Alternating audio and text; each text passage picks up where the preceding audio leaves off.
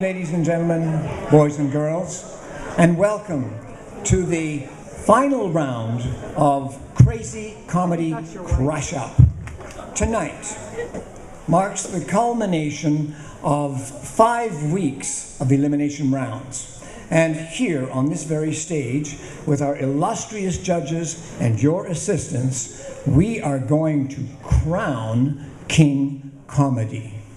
Now, this is how it works. Each of our contestants will come up to the stage and they will be allowed 2.33 minutes to give you a good joke routine.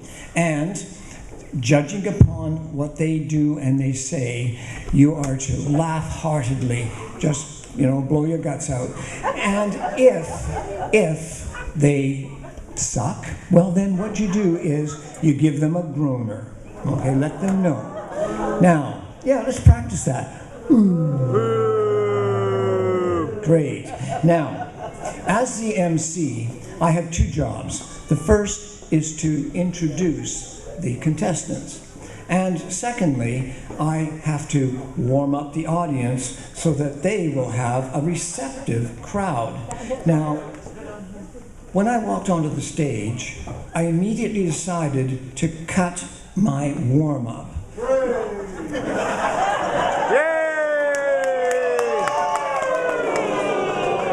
Because when I looked across the tables and I saw all those bottles of wine and all the happy, well-fed people sitting here, I said, you're already warmed up. What can I do to further that? So without further ado, we are going to begin with Crazy Comedy Crashup. From the darkest depths of New Brunswick woods, please welcome contestant number 1, Red-Headed Stranger.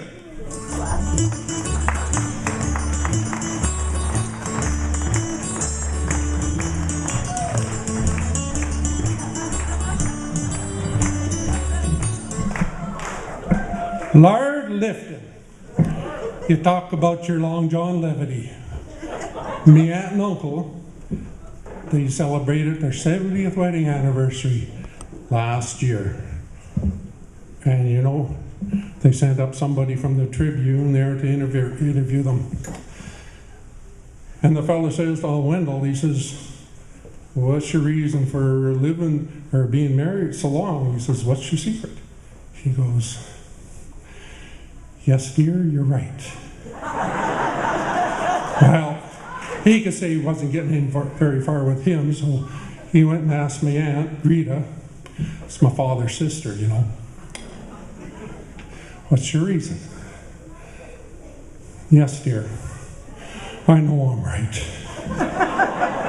But all joking aside, I've been happily married for 20 years. It was back in '88 in the spring when we got married. And what's that, Chris? It makes 27. I can count. You got 2 ears the good Lord gave you. You don't need a license to use them. I said happily. My wife and I, we have a 50-50 relationship though. 50% of the time she decides what to do. And the other 50% of the time, I get to decide to ask her what she wants to do.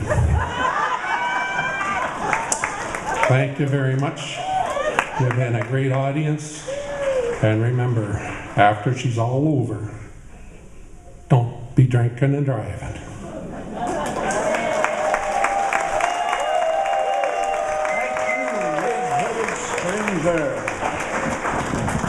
He's been on the pub comedy circuit of the British Isles since he was old enough to drink. I believe that was age 9. Please welcome Patrick Jameson O'Darby.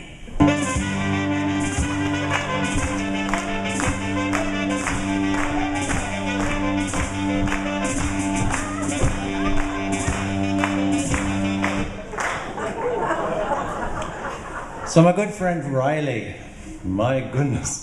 So my good friend Riley was walking by a graveyard not long ago And there was a fresh tombstone, and on it said, "Here lies a politician and an honest man."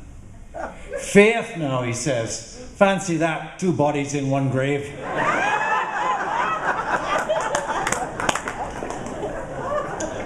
Mrs. McMillan went to her door one evening, and there stood Paddy with his hat in his hand. And she said, "Paddy, where's my husband? The 2 of you went off to the new beer factory." "Oh, Mrs. McMillan, I have a terrible thing to tell you.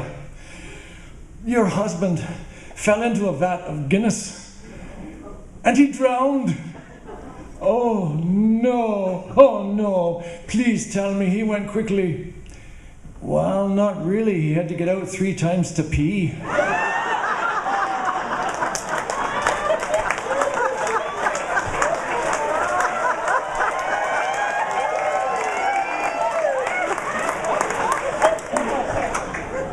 Well, now there are 2 Paddies working for the city of Dublin, and they're out there one morning, and the first Paddy goes out and he digs a perfectly round hole, and the second Paddy comes along and he fills it in behind him, and they move on, and they do this again.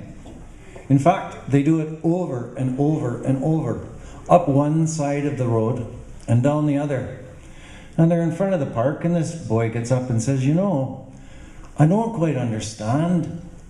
You're working so hard. One of you digs a hole, and the other one comes along and fills it in. I don't get it."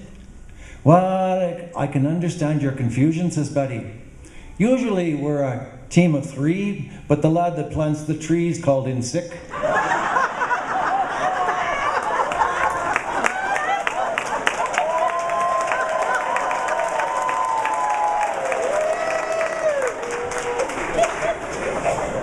Now, Paddy and Murphy were on the bus, and Murphy's got a sack on his back. So Paddy says to him, "Murphy, what's in the sack?" "I'm not telling you," says Murphy. "Oh, come on, just tell me what's in the sack." "All right then." He says, "It's ducks." "Ducks? Oh my." He says, "Could I have one?" "Well," says Murphy, "I'll tell you what. If you guess the correct number of ducks in the sack, you can have them both." "5!" says Paddy.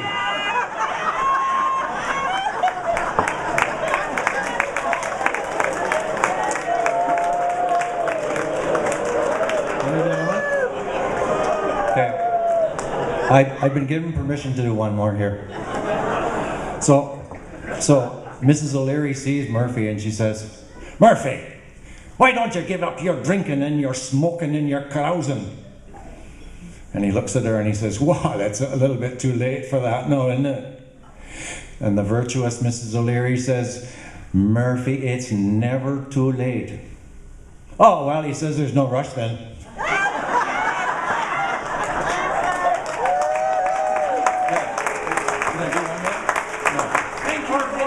Can I do one more?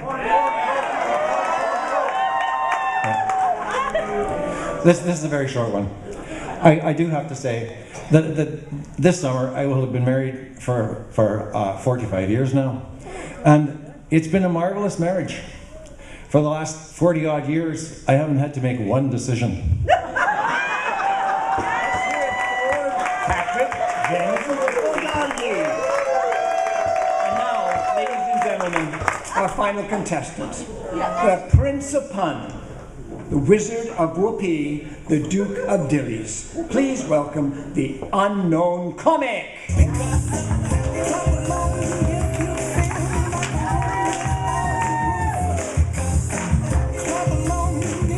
Everybody's happy tonight. Wow, it's so nice to be in Canada since I was deported. You know, I just came here a couple days ago from Vegas, you know. I got air sick in the plane, but nobody noticed.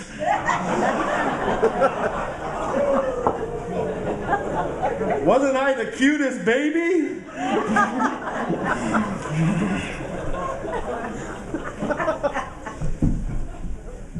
I know, I gotta admit, they treat me like a king here in Thunder Bay, you know, just like a king. I walked into the bank in Montreal, everybody dropped onto their knees, and some lady started putting $100 bills on the top of my head.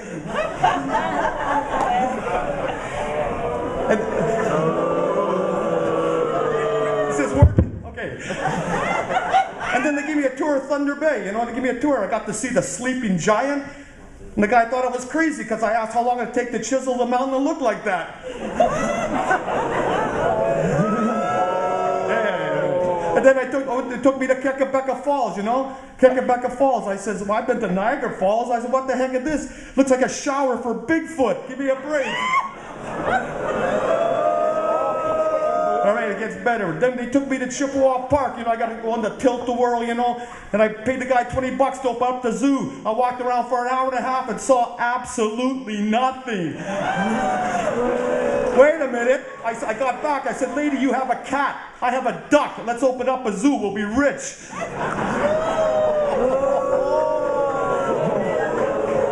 know, I got to see Mr. Kendall House. I got to watch him closely, man. He is the Ayatollah of all the notes in the bookola. He's like the Bruce Lee. He's like the Bruce Lee of conductors. You got to see him out there. Hallelujah.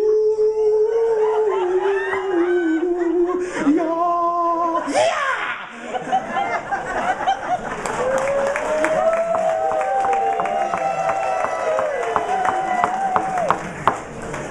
I don't know if I should tell this one, but it's a true story. I got stopped by the police the other day, you know.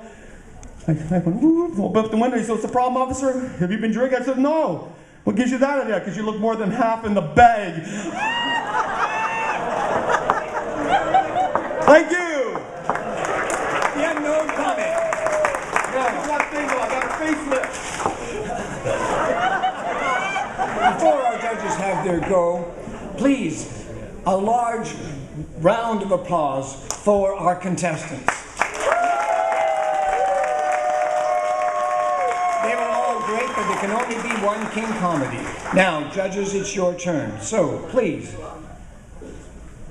There's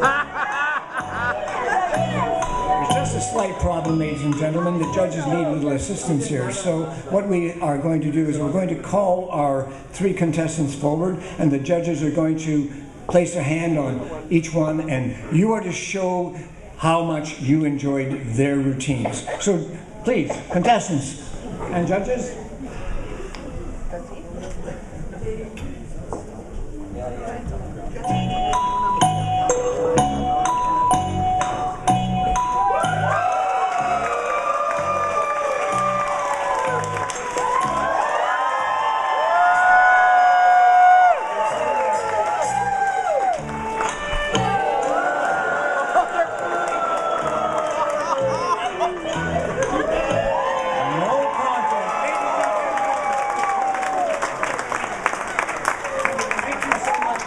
See you next year.